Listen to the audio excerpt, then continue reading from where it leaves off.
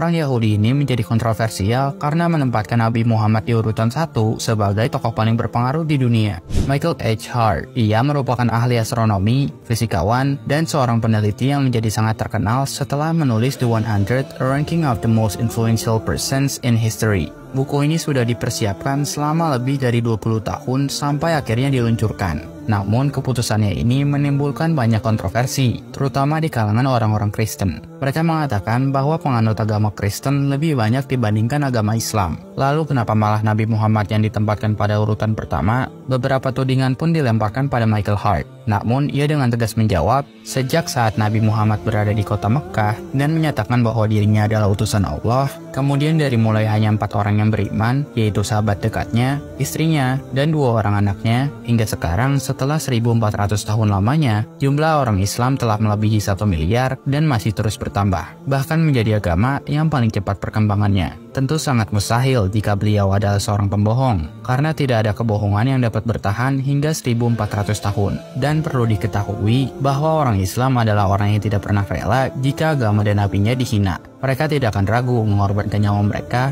hanya untuk satu perkataan yang akan menyakiti nabi mereka. Namun sebaliknya, apakah ada kalangan dari orang-orang kalian yang sanggup untuk bertindak seperti itu? Ujarnya saat beliau diejek dan diinterupsi mengenai bukunya ketika beliau memberikan seminar di London. Setelah itu, yang ada hanya keheningan yang mencekam dan berlangsung lama di auditorium tersebut. Anyway, untuk meningkatkan keimanan dan ketakwaan, khususnya buat kamu yang kesulitan dan ingin cepat bisa membaca Al-Quran dengan tajwid yang benar, sekarang bisa pakai Mushaf Al-Quran dari Al-Qasbah. Mushaf Al-Quran ini berhasil terjual lebih dari ratusan ribu pieces, karena sangat mudah dibaca serta sudah dilengkapi dengan fitur 2 transliterasi Latin yang jumlah update-nya sesuai pada kaidah tajwid. Lalu ada fitur wakof ibtidah, tajwid warna, serta wakof baca jeda dan terus. Yuk jadi jago baca Al-Quran di bulan Ramadan dengan klik keranjang kuning di atas caption.